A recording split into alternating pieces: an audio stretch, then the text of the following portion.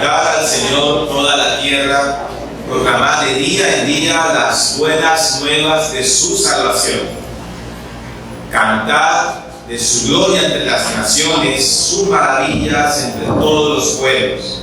Porque grande es el Señor y digno de ser grandemente alabado. Sean cordialmente bienvenidos a la casa de oración, al Templo Evangélico Alianza Cristiana y Misionera Redimidos. Y vamos a cantar juntos la doxología, por lo cual pido a todos los presentes que se pongan de pie.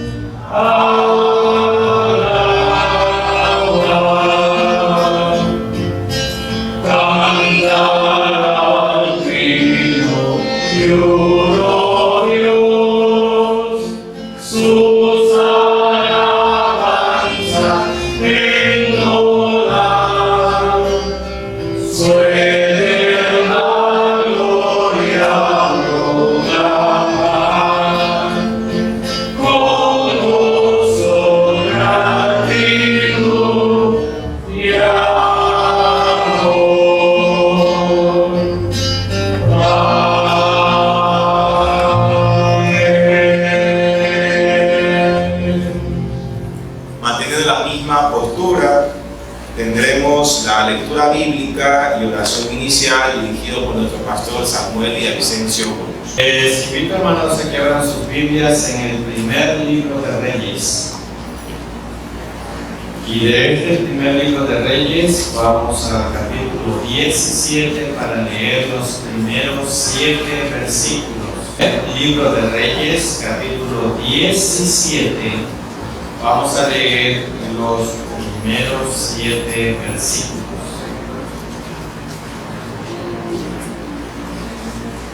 Amén. Amén.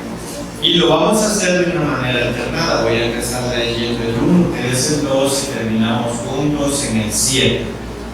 Entonces Elías Tisbita, que era de los moradores de Galaad, dijo acá: vive Jehová Dios de Israel, en cuya presencia estoy, que no habrá lluvia ni rocío en estos años, sino por mi palabra. Apártate de aquí y vuélvete al oriente y escóndete en el arroyo de Kerit, que está frente al Jordán.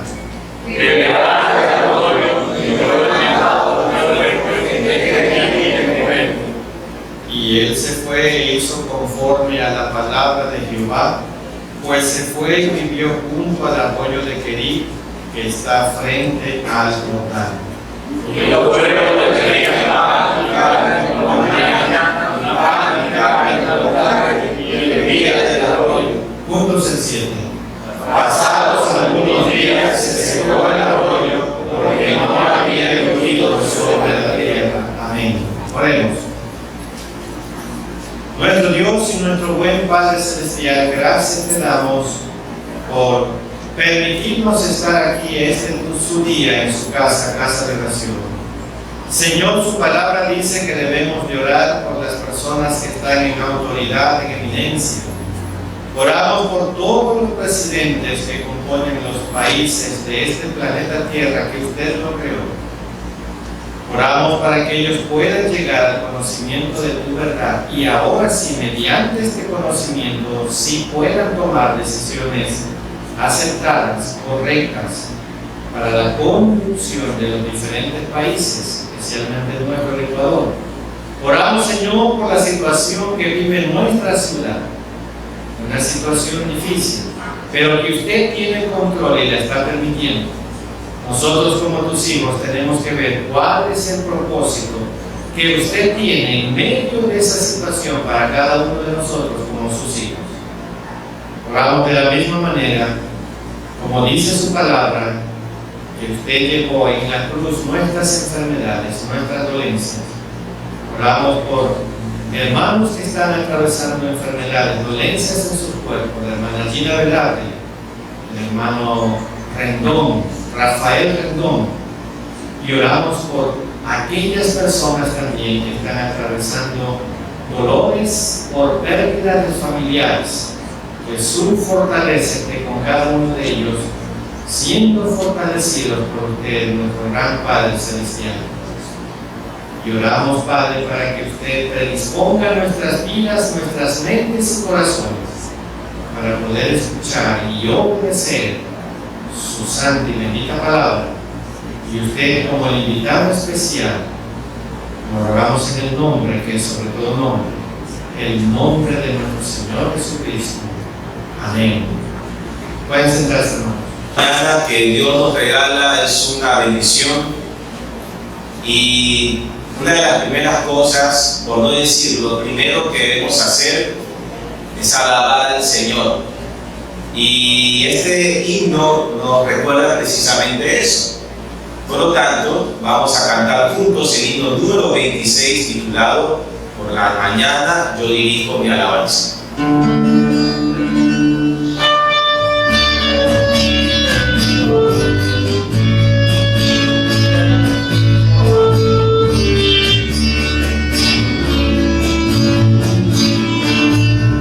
Por la mañana yo dirijo mi alabanza a Dios que ha sido mi destino y mi esperanza. Por la mañana yo digo con todo el alma y le suplico que me dé su dulce calma. Que no se escucha pues nos abandonando y nos alivia de cualquier quebranto. Nos da su mano poderosa enfrente para librarnos de la misma muerte. Cuando la noche se anuncia tenebrosa, en el valle mi oración mi alma se goza, siendo su paz y la roca de dulce grata, porque temores y ansiedad Cristo los mata. También elevo mi cantar al cielo, cuando haga tierra bajo el cielo brillo, desconsolada que no queda Cristo, aquí en mis ojos en el sueño visto. Brilla su lumbre en mi llora mientras duermo, pone su mano sobre mí si estoy enfermo. Me fortalece, me alienta con el sueño, pues en mi Dios mi redentor y Él es mi dueño. Al despertar por la mañana siento que Dios invade mi alma y pensamiento. Veo a Jesús mi Redentor amado, por mi pecado en una cruz clavado. Veo la sangre de su mano que ha brotado, veo la sangre borboteando en un costado, una corona con espinas en su frente, la multitud escarneciendo la insolente. Pero que dicha cuando el cielo sube, que no veo de la misma nube. Pero que dicha cuando el cielo sube, que no veo de la misma nube. Por favor. Nuestras alabanzas por la mañana que sean dirigidas a nuestro Jesús, porque Él es nuestro Rey soberano. Y vamos a decir por medio de este himno: Jesús, tú eres mi Rey soberano. Himno número 266, que se titula Jesús es mi Rey soberano.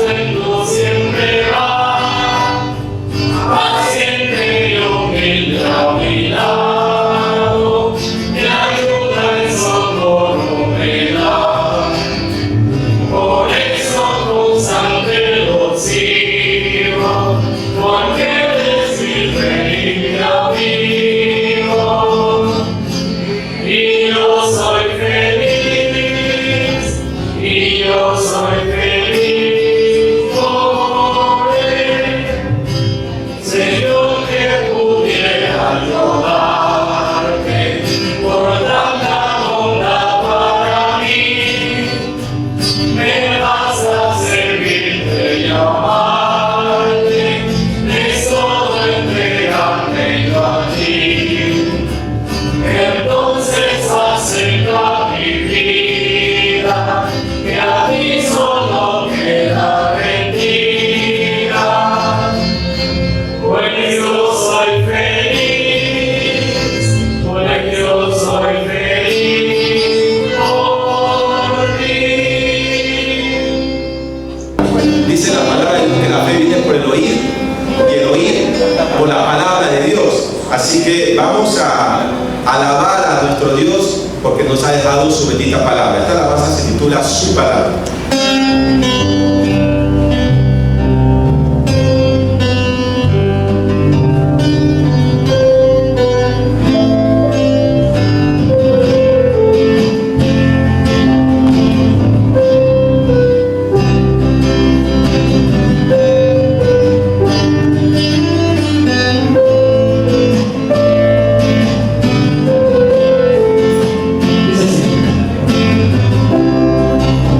Su palabra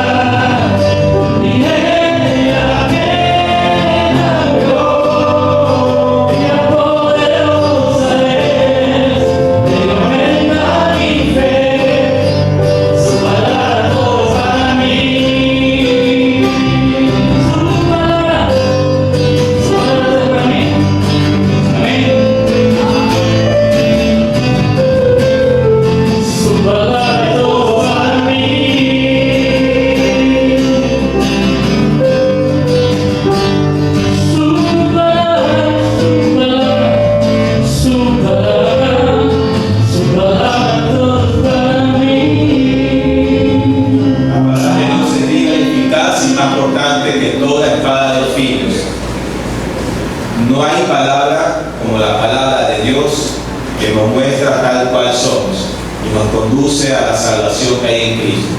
Imagínese que usted tuviera a Jesús delante suyo en este momento y usted tuviera la oportunidad de expresarle su deseo. ¿Qué le diría? Vamos a cantarle a Dios una canción que se titula "Es mi deseo". E imagine que usted va a estar delante de Jesús, lo puede hacer delante de Él por medio de una oración y decirle: Señor, el deseo que yo quiero que hagas en mí es tal cosa. Lo siempre pensando en agradar a Dios. Ese es mi deseo.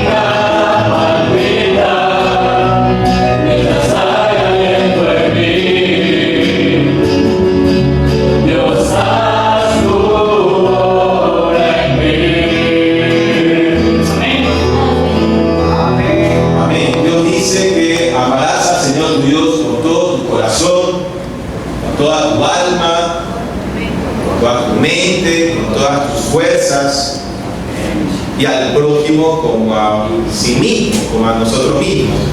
Y ese también debe ser nuestro deseo: amar a Dios con todo nuestro ser, no un amor a medias. Dios no quiere un amor a medias, Dios quiere un amor completo, total, porque Dios es Dios celoso y Dios lo cela porque lo ama y quiere darnos lo mejor. Y ahora permitamos que el Espíritu Santo que mora en cada uno de nosotros abra nuestro entendimiento y corazones para poder escuchar y obedecer su bendita palabra mediante el mensaje que nos trae nuestro pastor Samuel Villavicencio Burgos con el tema ¿en quién está puesta su confianza? Escuchemos con atención y reverencia. Uno de los primeros de una larga lista importante de profetas de Dios que envió tanto a Israel como a Judá. Israel, el reino del norte, no tuvo reyes fieles a lo largo de su historia.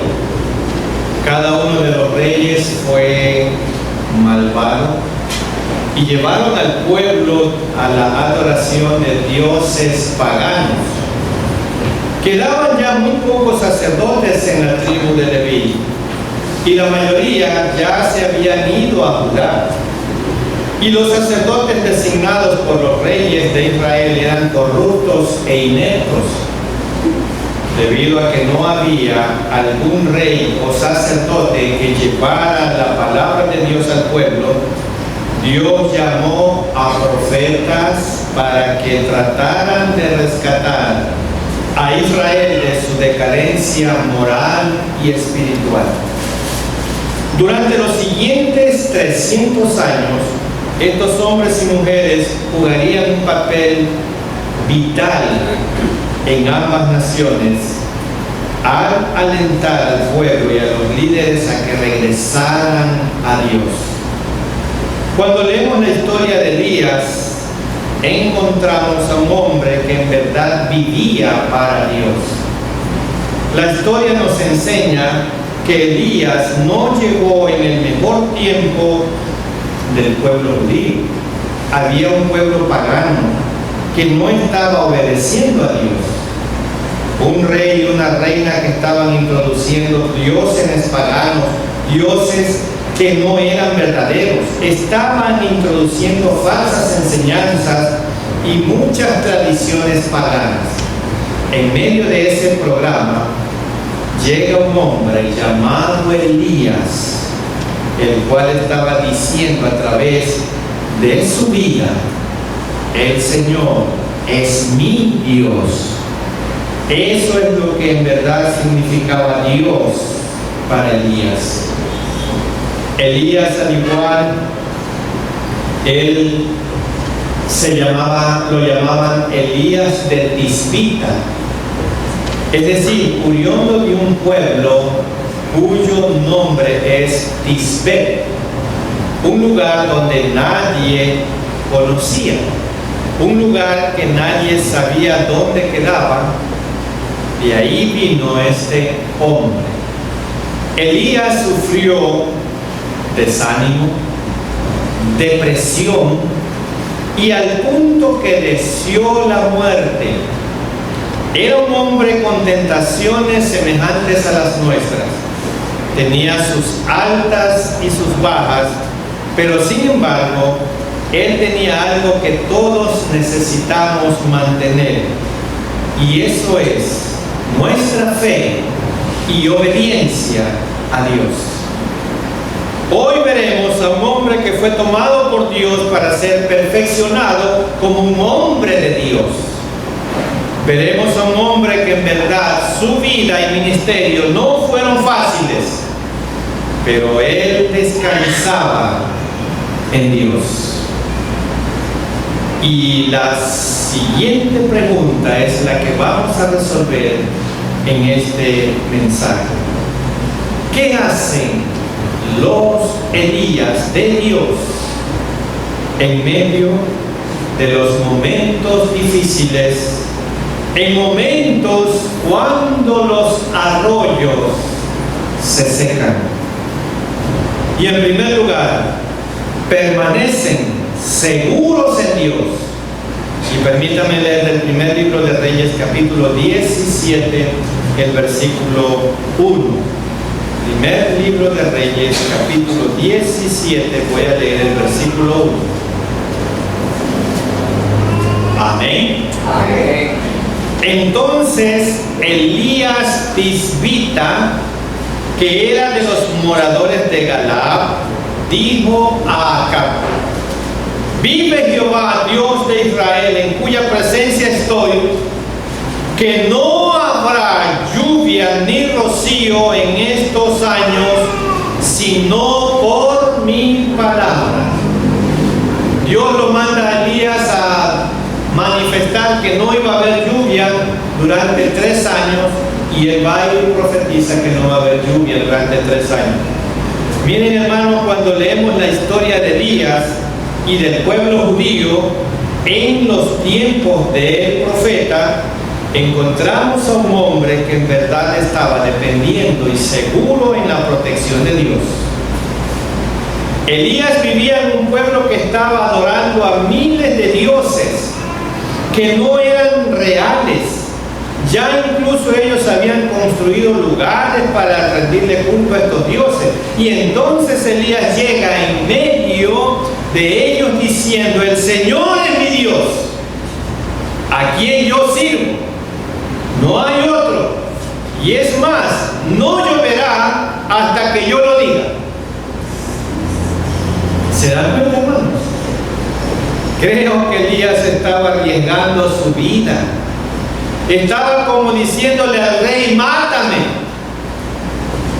Eso es lo que se llama seguridad y protección en Dios. Dios nos desafía y nos anima a vivir para Él, a vivir seguros que Él tiene el control. Él es quien nos cuida, Él está a nuestro lado. En medio de estas situaciones en las que estamos viviendo, que estamos atravesando, Elías vivió seguro en la protección de Dios. Dios nos desafía a no tener temor, porque Dios es real. Estamos viviendo de una manera en la que verdaderamente estamos demostrando la seguridad que tenemos en Dios. ¿De esa manera usted está viviendo hoy? Estamos viviendo confiados en la protección de Dios, en el cuidado de Él en medio de esta situación en la que estamos viviendo. ¿Usted está viviendo confiado en Dios? Permítame leer del Salmos capítulo 3, los versículos 1 al 7. Salmos capítulo 3, versículos 1 al 7. Permítame unas palabras introductorias a este salmo. Este salmo fue compuesto por el propio David cuando huía de su hijo Absalón. A ver, hermano, ponga atención. El rey David está huyendo de su propio hijo Absalón. ¿Y qué pasó? Absalón se subleva contra su padre, el rey David, y David se ve obligado a abandonar Jerusalén, encaminándose hacia Jericó, acompañado de su familia y de su guardia personal. El rey David huyendo de su propio hijo. Y vamos a leer el Salmo 3, 1 al 7. Oh Jehová, cuánto se han multiplicado mis adversarios. Muchos son los que se levantan contra mí. Muchos son los que dicen de mí: no hay para él salvación en Dios. Mas tú, Jehová, eres escudo alrededor de mí, mi gloria y el que levanta mi cabeza. Con mi voz clamé a Jehová, y escuchen bien esta parte, y él me respondió desde su monte santo. Yo me acosté y dormí y desperté, porque Jehová me sustentaba. No temeré a 10 millares de gentes que pusieren sitio contra mí. Levántate, Jehová, sálvame, Dios mío, porque tú heriste a todos mis enemigos en la mejilla. Los dientes de los perversos quebrantaste. ¿Se dan cuenta, hermanos? El rey David no estaba sentado en su trono con todo poder, sino que huía de Absalón, de su hijo, un hijo rebelde, y de una huestes de traidores que querían matarlo, encabezados por Absalón. Como rey, David pudo haber confiado en su ejército para derrotar a Absalón, pero en vez de ello dependió de la misericordia de Dios. Cuando las circunstancias, hermanos, se vuelven contra nosotros, es muy tentador pensar que Dios también está en contra nuestra. Es muy tentador pensar eso. Pero David nos recuerda que es todo lo contrario. Cuando algo parece estar en nuestra contra, Dios es el único que está con nosotros, y eso lo dice David. Cuando todo pareciera que está en nuestra contra, el único que está con nosotros es siempre Dios.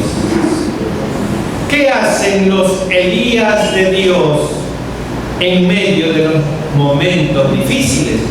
¿Qué hacen los Elías de Dios en medio de los momentos difíciles? Si le parece que la vida está contra suya, no culpe a Dios, no culpe a Dios.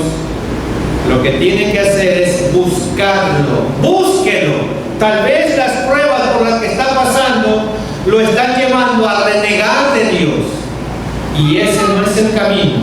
El camino es buscar a Dios, búsquelo. Y permítanme leer el mismo primer libro de Reyes, capítulo 17. Voy a leer los versículos del 1 al 5.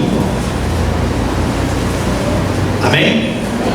Entonces Elías Tisbita, que era de los moradores de Galaad, dijo acá: vive Jehová Dios de Israel, en cuya presencia estoy, que no habrá lluvia ni rocío en estos años sino por mi palabra. Y vino a él palabra de Jehová diciendo: apártate de aquí y vuélvete al oriente y escóndete en el arroyo de Querit, que está frente al Jordán.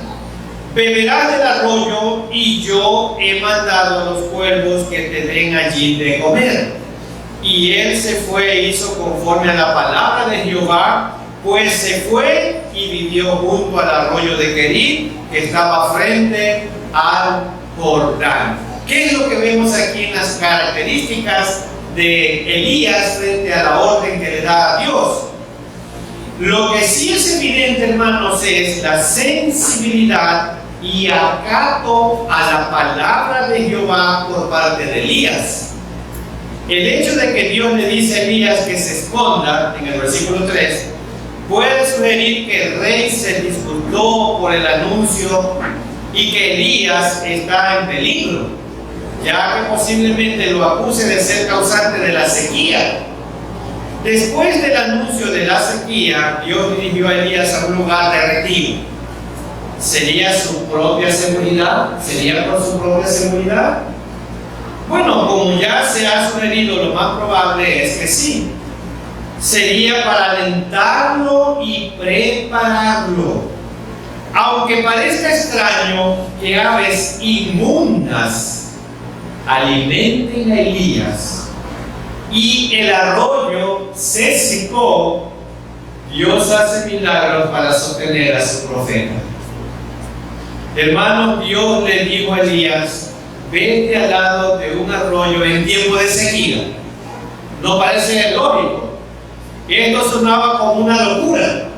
Y después le dice que él va a enviar a cuervos para que lo alimenten. ¿Cómo es esto? Y no solo eso, veamos el versículo 4, Primera de Reyes 17:4. Beberás del arroyo, y yo he mandado a los cuervos que te den allí de comer. A los cuervos. Creo que una de las razones por las cuales Dios envió a Elías al arroyo de Querit era una sola, hermano. Sí, una sola. Hacer de Elías no solo profeta de Dios, sino que Dios quería hacer de Elías un hombre de Dios. No solo un profeta, sino un hombre de Dios. ¿Ha comido usted alguna vez de boca de los cuervos? Aquí le podríamos llamar a esos animales gallinazos.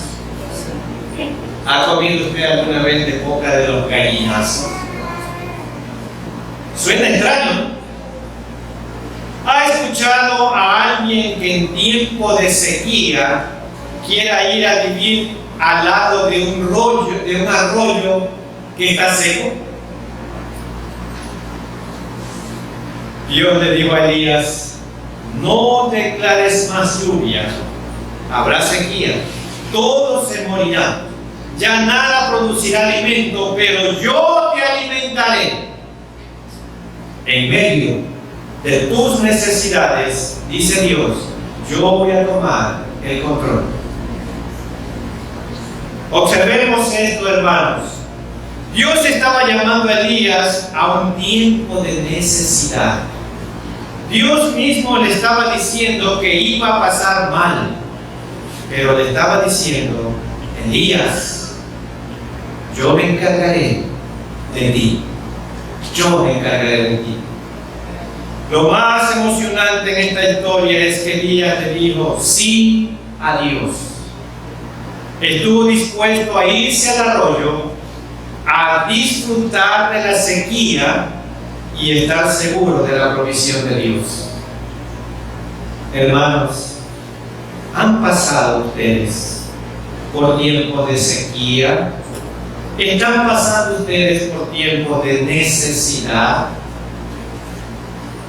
Tal vez sequía espiritual, tal vez sequía material, tal vez sequía económica. ¿No se ha preguntado usted por si acaso dónde está Dios? ¿Dónde está mi Dios? Y le decimos muchas veces a Dios: ¿dónde te metiste? ¿Por qué me has abandonado? ¿Por qué me has dejado? ¿No serán esas sus interrogantes frente a Dios cuando usted está atravesando estas dificultades, estas sequías? Hermanos, en medio de las situaciones difíciles, se ha dado cuenta que Dios nunca lo ha dejado. Amén. Él nunca nos ha abandonado. En la Biblia encontramos a un hombre de Dios que pasó por un tiempo de sequía, un tiempo de necesidad, un tiempo donde parece que Dios estaba lejos de él, un tiempo donde parecía que Dios le había dejado, donde parecía que su arroyo se había secado, pero asimismo aún seguía confiando y seguro en Dios. Y vamos a leer, vámonos un momento al Salmo 42. Y permítanme unas palabras introductorias también a este Salmo 42. Los hijos de Coré escribieron los salmos, como ustedes lo saben, desde el 42 hasta el 49. Ellos escribieron estos salmos. Coré fue un levita que encabezó una rebelión en contra de Moisés. Ustedes lo saben muy bien. Coré entonces, por ser rebelde contra el líder que Dios había establecido, murió. Pero sus descendientes permanecieron fieles a Dios y continuaron sirviéndolo en el templo. David designó hombres de la familia de Coré para que sirvieran como cantores del coro, y ellos continuaron siendo los músicos del templo por cientos de años. Y de esos salmos que ellos escribieron, voy a leer los versículos 1 al 5 del Salmo 42. Como el ciervo brama por las corrientes de las aguas, así clama por ti, oh Dios, el alma mía. Mi alma tiene sed de Dios, del Dios vivo. ¿Cuándo vendré y me presentaré delante de Dios? Fueron mis lágrimas mi pan de día y de noche. Tal vez usted esté atravesando esta situación. Solamente tiene lágrimas como pan de día y de noche. Mientras me dicen todos los días los que me están observando y dicen que eres hermanito, y entonces ¿dónde está tu Dios? Me acuerdo de estas cosas y derramo mi alma dentro de mí, de cómo yo fui con la multitud y la conduje hasta la casa de Dios. Entre voces de alegría y alabanza del pueblo en fiesta. Y yo les pido respetuosamente a ustedes que hagan suya la pregunta que está en el versículo 5. Haga la suya esta pregunta. ¿Por qué te abates, oh alma mía, y te turbas dentro de mí? Haga suya esa pregunta. ¿Por qué te abates, oh alma mía, y te turbas dentro de mí? Y también haga suya la respuesta, lo que sigue. Espera en Dios, porque aún he de alabarle, salvación mía y Dios mío. Miren, hermanos, en el versículo 1 y 2, así como la vida de un siervo depende del agua, mientras vidas dependan de Dios, los que buscan y desean comprometerse con Dios encontrarán un feliz final. El salmista dialoga consigo mismo, reflexiona sobre su experiencia y ahora sus experiencias en el pasado y en la protección de Dios. Aquí tenemos el secreto, hermanos, en la vida con Dios. Todo creyente debe hacer lo mismo. Tal reflexión, hermano, produjo dos resultados. Primero, al tener la confianza y la decisión de esperar en Dios, su fe creció. Y número dos, la reafirmación de su relación personal con Dios. Quedó reafirmada su experiencia personal con Dios. Y permítame leer el versículo 3.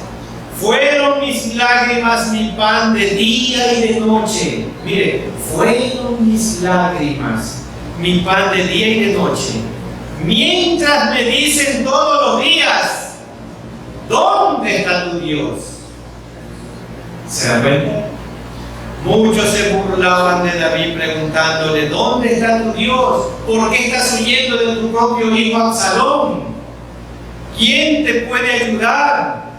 Él lloraba y le preguntaba a su alma, ¿por qué te preocupas? Espera en Dios, regocíjate en Dios, alégrate en Dios.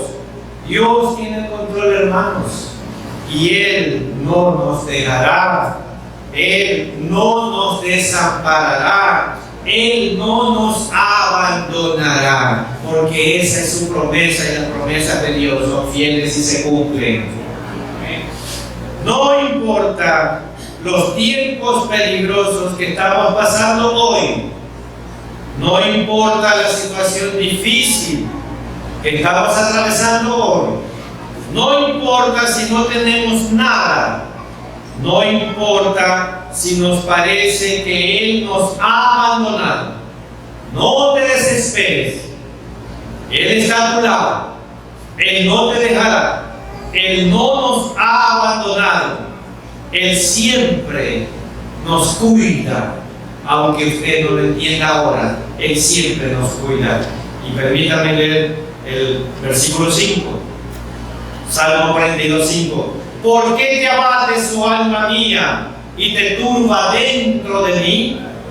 Espera en Dios, porque aún he de alabarle, salvación mía y Dios mío. Él es nuestro proveedor, hermanos. Él es nuestro ayudador.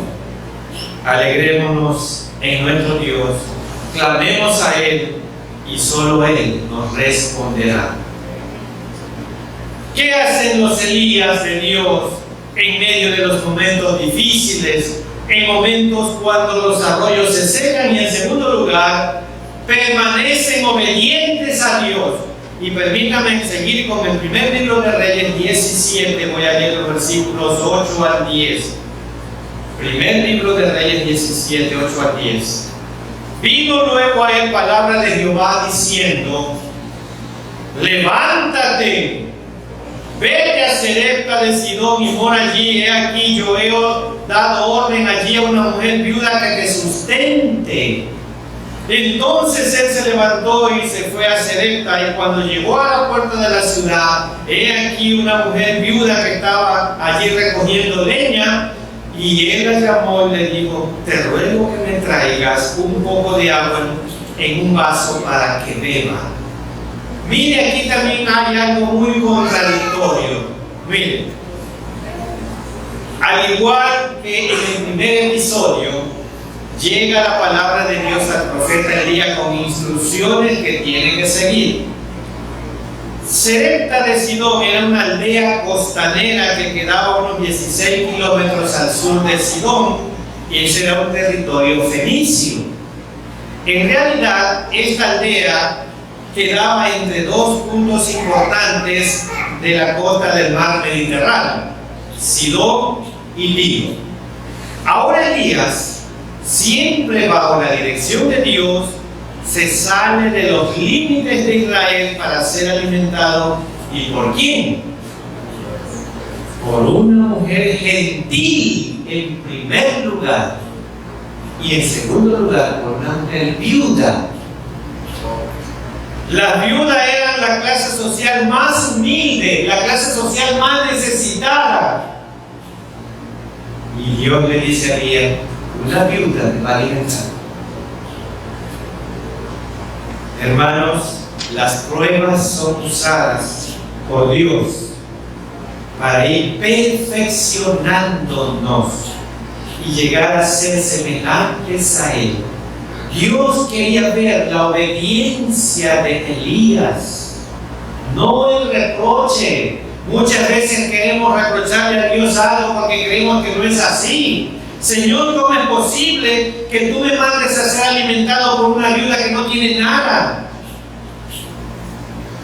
En ocasiones pensamos que los momentos difíciles, las situaciones difíciles que estamos enfrentando, son para desanimarnos, son para derrotarnos, son para aplastarnos.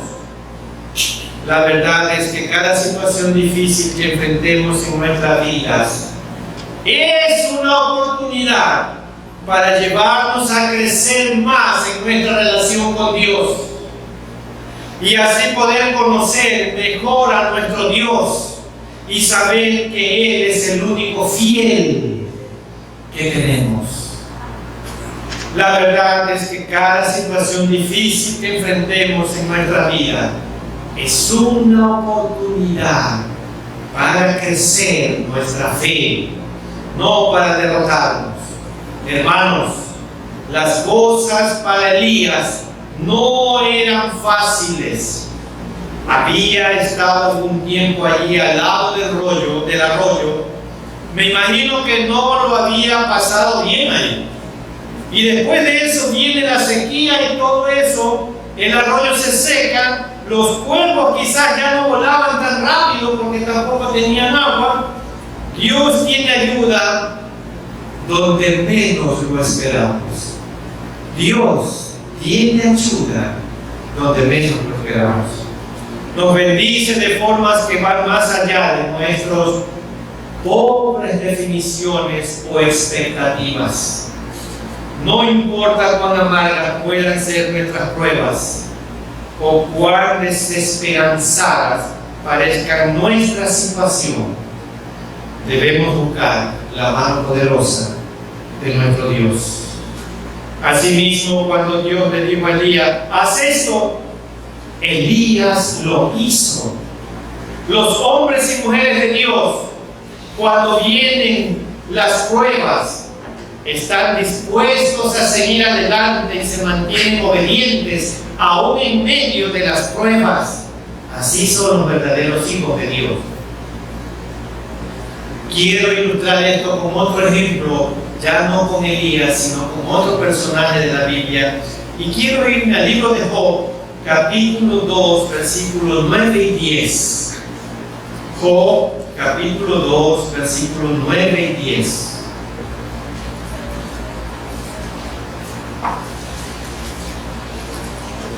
Amén.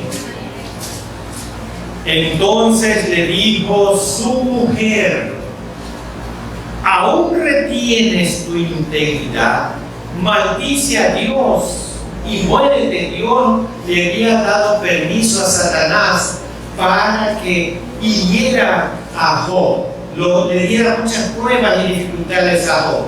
Y se acerca a la mujer y le dices: tú que amas a Dios, que es tu Dios, aún en medio de esa prueba y esa dificultad que te tiene, como un perro tirado ahí en cenizas y que te rasca con un tiesto,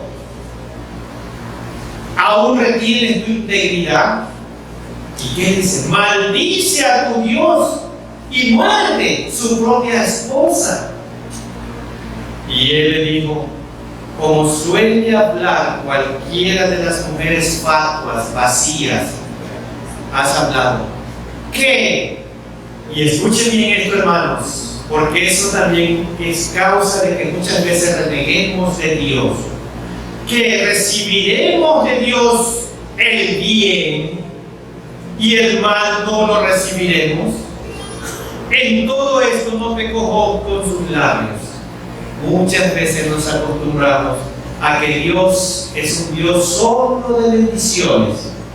Yo me acerco a Dios como un cajero automático y le pido lo que yo quiero. Ese es mi Dios. No, hermanos, de Dios también vamos a recibir lo contrario. Pero la diferencia con Dios es que lo contrario que Dios nos manda es para purificarnos, para hacernos mejores, para sacar de nosotros aquellos que nos está estorbando. Job entendió la importancia del proceso. Dios quiere transformarnos, Dios quiere hacernos de acuerdo a su imagen y semejanza. Dios quiere perfeccionarnos. Dios quiere que nos mantengamos confiados en Él, y por eso Él utiliza esas situaciones por las que usted hoy está atravesando. Dios quiere que nos mantengamos obedientes a Él en medio de las situaciones difíciles, a pesar de que quizás no podamos verle, aunque quizás le sintamos tan lejos a Dios. Él quiere que usted, tal como Job, pueda decir: aceptaremos el bien de Dios y no aceptaremos el mal.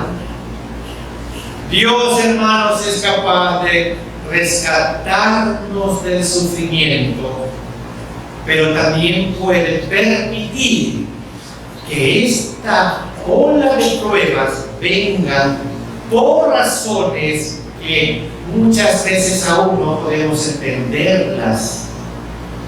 Es en estos momentos como que Satanás emplea su estrategia de llevarnos a dudar de Dios.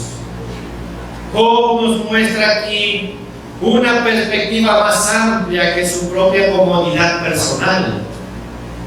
Si siempre supiéramos por qué sufrimos, hermano, si siempre supiéramos por qué sufrimos, nuestra fe no tendría espacio para crecer. Si siempre supiéramos por qué sufrimos, nuestra fe no tendría espacio para crecer. Cuando leemos la historia de Job, encontramos un sinnúmero de cosas que no nos gustaría que nos sucedieran a nosotros. Momentos difíciles. En verdad, Job se quedó sin nada. pero él nunca negó ni desobedeció a Dios. He conocido con el pasar de los años a muchas personas que han llegado a Dios, han gozado de las bendiciones de Dios, pero cuando vienen los momentos difíciles, cuando los arroyos se secan, enseguida se los ve desobedeciendo a Dios, enseguida se los ve alejándose de Dios, enseguida se los ve alejándose de la iglesia y viviendo apartados de lo que Dios pide y quiere de ellos. Hermanos, los momentos difíciles nos llevan a conocer más a Dios, a entender que Dios es real, a entender que Él está a nuestro lado y a entender que Él nunca nos dejará. Después de todas estas pruebas por las que pasó Job, después de esta prueba, miren lo que ahora dice Job 42:5. Miren lo que ocurrió después de estas pruebas. Job 42:5. ¿Qué pasaba con la relación de Job antes de la prueba? De oídas te había oído. O sea, el conocimiento que tenía Job de Dios era lo que había escuchado de otras personas. Y después de la prueba, ¿qué pasa? Más ahora mis ojos te ven. Job responde con humildad. Compara su anterior conocimiento de Dios, que ese conocimiento lo debe a lo que ha escuchado de otros. De oídas te había oído. Con su conocimiento actual, después de la prueba, superior porque lo ha recibido directamente, puede decir ahora, más ahora mis ojos te ven. Ahora ve distinto a Dios, porque éste se le ha revelado personalmente en medio de las pruebas.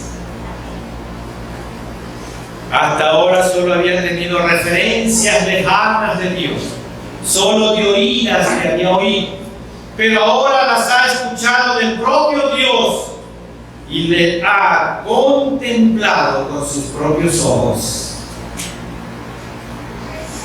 Hermanos, Dios llamó a Elías como su profeta, pero quería aún más de él. Él quería ser en verdad un hombre de Dios. Y utilizó las pruebas y dificultades para hacer eso. Eso lo llevó a ponerle en el arroyo, pero este se secó.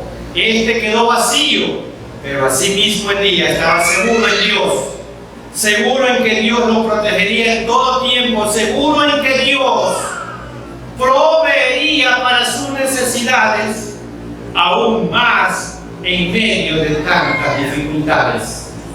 Elías se mantuvo obediente en el proceso de la prueba. En los momentos difíciles, él aún seguía confiando en el plan y en las maravillas de Dios. Hace ya tiempo, algunas damas que se reunían en cierta ciudad, permítanme una ilustración aquí para terminar. Hace ya algún tiempo algunas damas se reunían en cierta ciudad para estudiar la Biblia. Mientras leían el capítulo 3 de Malaquías, libro que por cierto a muchos cristianos evangélicos no les gusta ni nombrar, lo peor del capítulo 3 de Malaquías, encontraron una expresión muy notable en el versículo 2 y 3. Y permítanme leer Malaquías 3, 2 y 3. No voy a leer los versículos que a algunos lo hacen salir de la iglesia. No, solamente el 2 y el 3 nomás, hermano. Entonces, dice así: ¿y quién podrá soportar el tiempo de su venida? ¿O quién podrá estar en pie cuando Él se manifieste? porque Él es como fuego purificador, mire, como fuego purificador y como jabón de lavadores. Y se sentará para afinar y limpiar la plata, porque limpiará a los hijos de Leví, los afinará como oro y como plata, y traerán a Jehová ofrenda en justicia. Entonces esta hermana lee estos versículos y dice: no, yo necesito saber, tener más conocimiento de lo que hace un platero, cuál es el proceso para purificar la plata. Y entonces la señora se fue a visitar a un platero e informar a las demás lo que éste dijera sobre el tema, sobre estos dos versículos que ellos estaban analizando. Y la señora, sin decir el objeto de su diligencia, le pidió al platero la informara sobre el proceso de la refinación de la plata.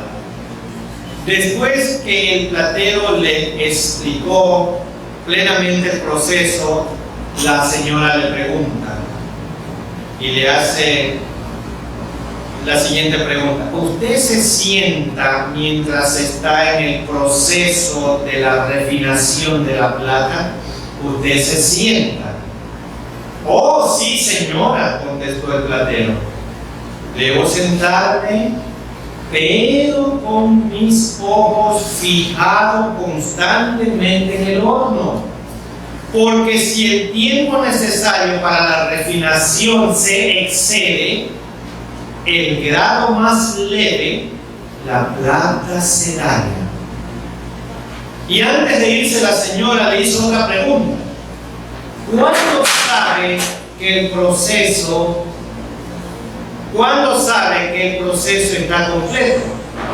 ¿Cuándo sabe usted que el proceso está completo? Y puse la respuesta del platero. Y le dijo: es muy sencillo, le contestó el platero. Cuando puedo ver mi propia imagen en la plata, en ese momento se acaba el proceso de refinación. Cuando puedo ver mi propia imagen en la plata. Bueno, ¿por qué les leo esto? Voy a hacer una pregunta. ¿Dios ve su imagen en usted? ¿Dios está viendo su imagen en usted? En estos momentos en el que está atravesando pruebas y dificultades, ¿qué es lo que ve Dios en usted?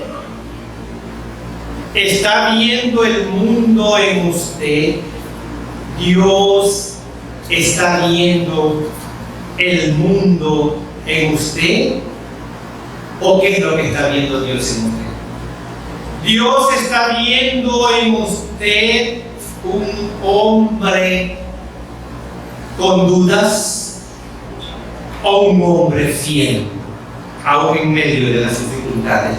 ¿Qué es lo que está viendo Dios? Dios está viendo en usted un hombre, una mujer temerosos. ¿Qué estamos reflejando de Dios al mundo que nos observa? ¿Qué es lo que el mundo que nos observa está viendo en nosotros de Dios que lo podemos reflejar? Tal vez temor o confianza en Dios. ¿Qué es lo que ve el mundo? ¿Qué es lo que ve Dios en nosotros? Tal vez en algunos de ustedes Dios está viendo el temor. Y tal vez en algunos cuantos está viendo la fe, la fidelidad en Dios. ¿Qué es lo que Dios ve en usted en estos tiempos de angustia? ¿Qué está haciendo cuando se secan los arroyos? ¿Qué está haciendo cuando el temor lo está agobiando? ¿Qué está haciendo cuando la escasez económica lo ahoga? ¿Qué ve Dios en usted? Hermanos, siempre que se secan los arroyos, Dios pone una cerca donde Él va a continuar bendiciéndonos si somos fieles y obedientes. Y permítanme leer Salmo 46, 1 Y yo le pido a ustedes que abran este salmo en su Biblia y juntos a la cuenta de 3 lo leamos. Salmos 46, 1. ¿Qué es lo que tenemos nosotros como hijos de Dios? ¿Ya tienen ahí Salmo 46, 1? A la cuenta de 3, 1, 2, 3. Dios es nuestro amparo y fortaleza, nuestro pronto auxilio. Gracias y oraciones. ¿No le anima esto, hermano? Usted que está atravesando pruebas y dificultades. Dios es nuestro refugio y fortaleza. Aún frente a la situación actual de peligro que estamos viviendo, no es un simple refugio temporal, es nuestro refugio eterno y puede fortalecernos en toda circunstancia por la que usted esté pasando hoy. ¡Ánimo! No estamos solos. Nuestro Dios está y estará con sus hijos. Amén. Es realmente muy reconfortante saber que nuestro Dios está con nosotros y que podemos poner nuestra confianza y esperanza en el Señor sin importar las circunstancias. Nuestros hermanos encargados de recoger las ofrendas van a pasar por sus puestos recogiendo los diezmos. Y entre tanto, pido a la congregación que se ponga de pie, por favor, porque vamos a decirle a nuestro Dios, a nuestro gran Dios, a nuestro gran Señor, a nuestro escudo, a nuestro protector, decirle que Él nos guía y Él nos guía con mucho amor. Vamos a cantar el himno número 183, titulado Me guía Él con cuánto amor.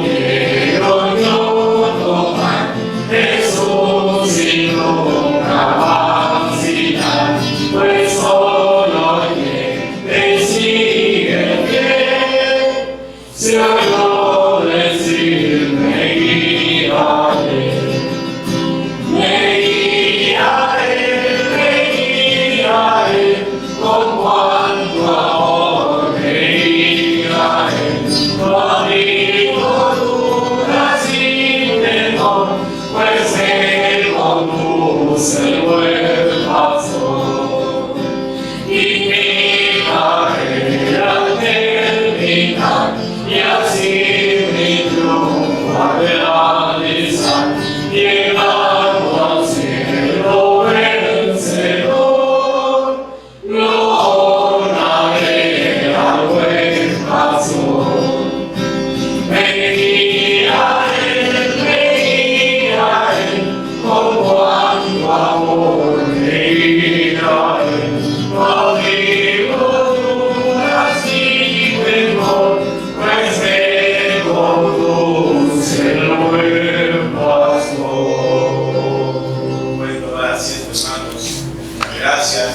para que nos dirija en la oración final. Señor, gracias te damos por tu palabra, porque en ella encontramos todo lo que necesitamos como sus hijos. Su palabra es la voluntad suya escrita en ese libro, inspirada por usted, Señor. Y tenemos que recurrir al manual sobre las situaciones en las que estamos inmersos ahora. Señor, usted utiliza las pruebas con muchos propósitos. Y la pregunta que siempre debemos de hacernos es: Señor, ¿cuál es el propósito que usted tiene en medio de esta dificultad que usted está permitiéndome? De esa respuesta depende si usted sale victorioso o si sale derrotado. Y ahora, Señor, la gracia infinita de Cristo, nuestro Salvador eterno, y la comunión y participación del Santo Espíritu de Dios, sea con todos y cada uno de nosotros, ahora y siempre. Amén.